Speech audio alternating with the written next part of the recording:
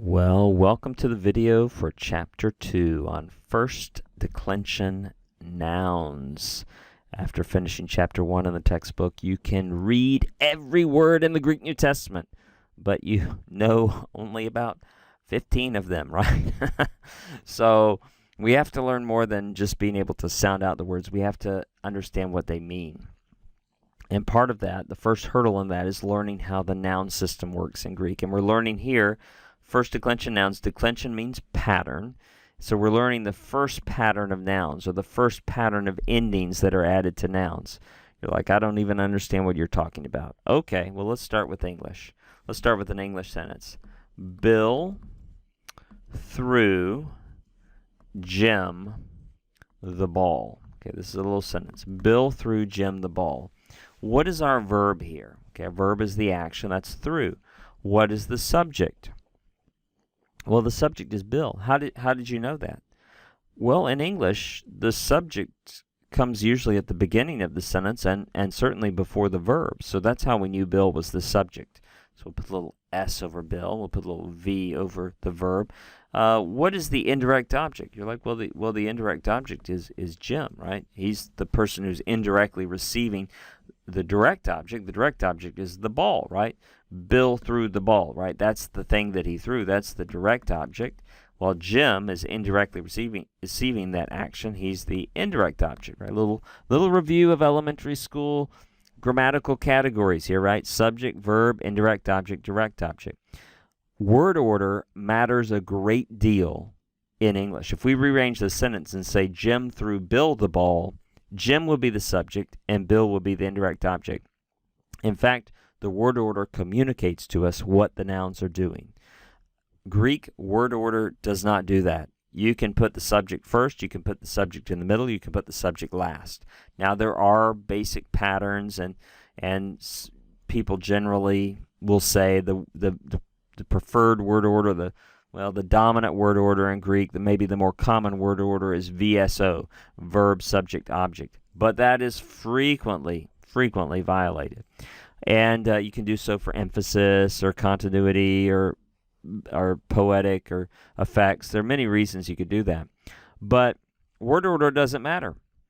So let's say we wanted to do that in Greek. In English, we're like, I like that idea. Word order doesn't matter. I'm just going to go Jim, the ball, threw Bill.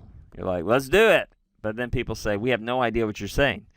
What can you do to change English if you wanted to speak like this? You would need to mark the words in some way. Like you could mark the indirect object with IO, you could mark the direct object with DO, you could mark the subject with S. So this would be Jimmy-O the Baldo threw Bills.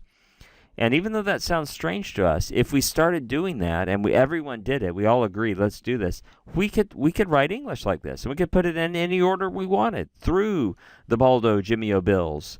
Bills the Baldo through Jimmy-O. And those endings, rather than the word order, those endings would be letting us know this is the subject, this is the direct object, this is the indirect object.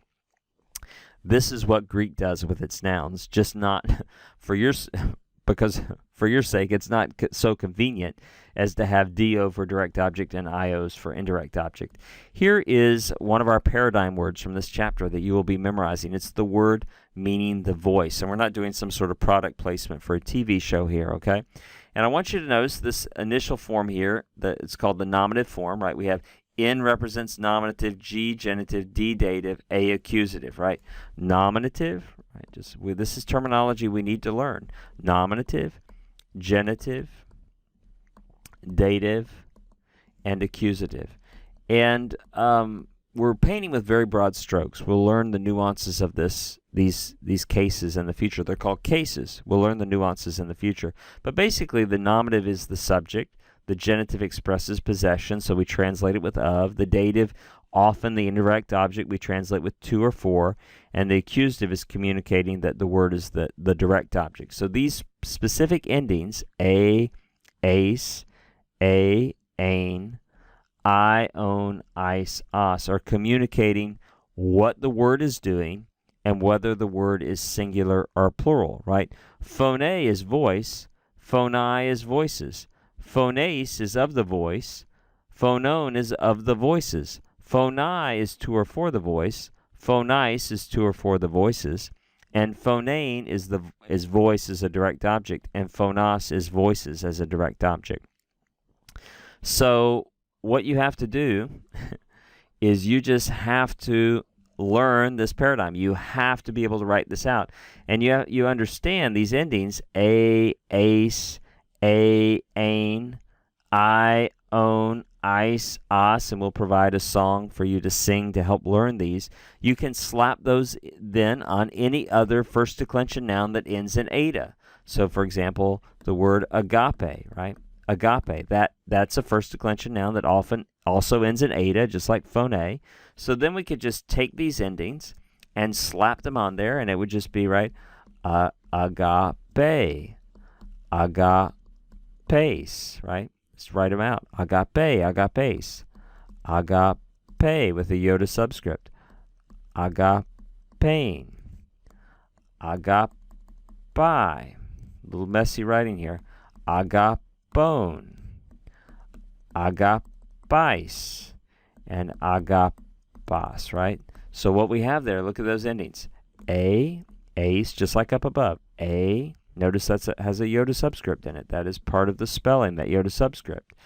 A, ace, a, ain, I, own, ice, os. And those spelling changes are communicating different functions. Is it the subject?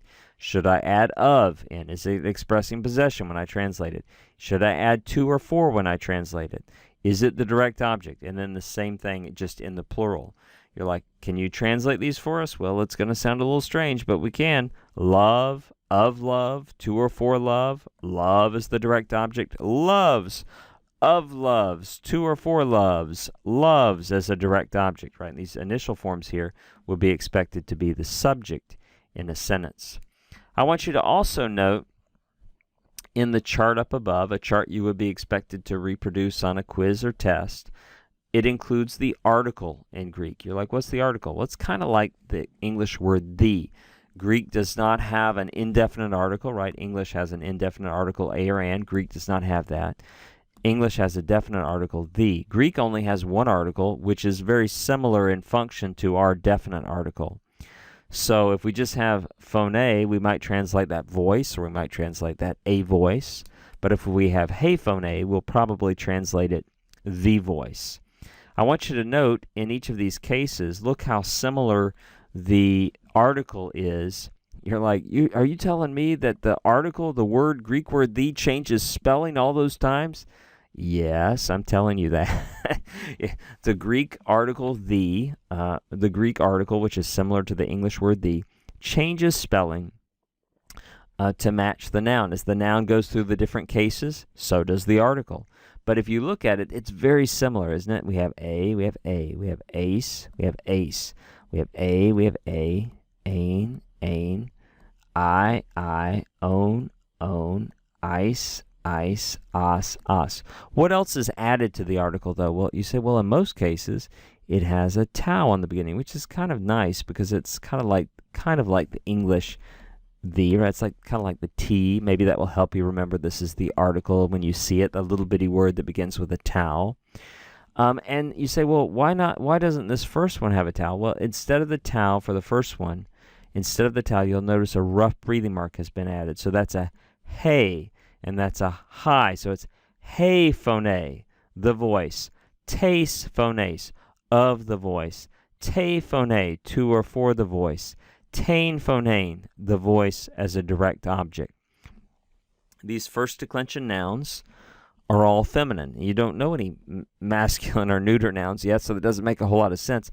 But this is the set of feminine articles. This would be like if you're learning French. This is like the article la, just 8 forms of it, okay? So these are the all possible 8 forms of the feminine article in the singular and the plural through the nominative, the genitive, the dative, and the accusative case. Okay, so you should use a song, rote memory, whatever you need to be able to reproduce this chart and be able to kind of understand how to start translating these words in these different cases. Now, if you look at your first declension nouns, you also have some nouns that end in alpha, like cardia or aletheia, right? Cardia, heart, aletheia, truth. The first declension nouns, right? The feminine first declension nouns that end in alpha in the lexical form, aletheia, cardia, will follow this slight variation of the pattern. Now look at it for a moment. What is the same? Okay, what is the same? Well, first the layout of the chart's the same. Nominative, genitive, dative, accusative, singular, plural. You're like, that's all the same. What else is the same? Well, good news. All the articles are the same. These are the only forms of the feminine article. It cannot be anything else. You look at the plural. You're like, those plural forms are exactly the same. Ion, isos, exactly the same as for phone. Then you see the only thing that's different is the vowel in the singular is an alpha rather than an eta. If you look back at phone, the endings for the singular, a, ace, a, ain, right? So here it's a, as, a, on. Notice, again, we have iota subscript, have a nu on the end, have a nu on the end, have a sigma on the end, sigma on the end, nothing else on the end, nothing else on the end. So the only thing that's changed is the vowel, right? You're like, how am I going to know? Because when you memorize the lexical form, aletheia, it has an alpha on the end. So, oh, that's the alpha pattern, right? So that's going to follow. Plus, you're basically going to be reading Greek rather than composing it most of the time. So you're not going to even think about this, right? But aletheia, that alpha in the dictionary form that you memorize, that lets you know, oh, okay, this is going to follow the cardia pattern. Also, there is a little rule. My teacher taught me years ago, Chip Denton taught me this. He said if the last letter of the stem is a rho, iota, or epsilon, which looks kind of like the English word pi, then he says it's the alpha pattern, which sounds kind of like apple pie, the alpha pi rule. And we know that's a rho and not a p, but it's a memory device. It has some it's an imperfect memory device. So in other words, you're like, well, how do I get the last letter of the stem? Well, everything before these parts we're memorizing, right? Cut that off. The last letter of the stem is iota. So if the last letter of the stem is iota, right? You cut these endings off that are in blue. Iota, right? If you see an ending, like if you came to cardione, you're like, I know that's my ending. So the last letter of the stem is a iota. So this word is not cardiae, it's cardia. It's an alpha pattern. So maybe that will help you, or if it's a bit of a curiosity, you don't really have to know this rule. But again, if the last letter of the stem, the last letter of the noun stem, and the way we've done the stems in this chapter, is a rho, iota, or epsilon, it will follow the cardia or alpha pattern. Also, just as a footnote, if the last letter of the stem is a double sigma or xi, or xi or xi, depending on how you want to say that, if the last letter is a double sigma or xi, then it will be a hybrid pattern in the singular. It will go alpha, eta, alpha. Okay, and there aren't many words like that. But one of them that you have is the word doxa, the word for glory, right? Doxa. So that would be dox, and that's our stem right there, dox. So doxa, doxase, doxe, it's hard to speak and write at the same time, doxan. But in the plural, I, own, isos. The plural is always the same. These are always the same. But there is the eta, right?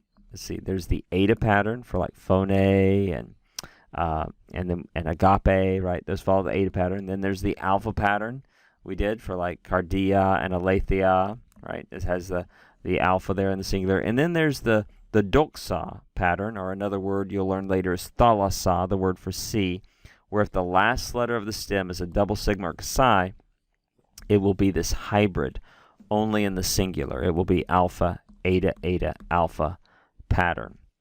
So one final thing I'll just compare this to. Sometimes people get frustrated. They're like, why did the Greeks have to change the way they spelled nouns so much? Well, languages are different. But even in English, we do sometimes spell a word differently to communicate the function. And we do that with pronouns, right? So we don't say, this is me book, or me am going to the store, right? If you're communicating the subject, I am going to the store. Give this to me, right, is the object, indirect or direct object. This is my book. Unless you're Scottish, I guess you could say, this is me book. This is me book. But we spell pronouns, we, are, our, to, us, us. We spell them differently based on how they're functioning in the sentence. And Greek does the same thing. It just does it with, with every noun, not just with pronouns. So read the chapter, be working on memorization, especially you need to be able to write out these charts with the articles for phone and cardia, right? You need to know those just cold, and read through the chapter carefully, learn the material, and then be working on the homework and learning the new vocabulary too.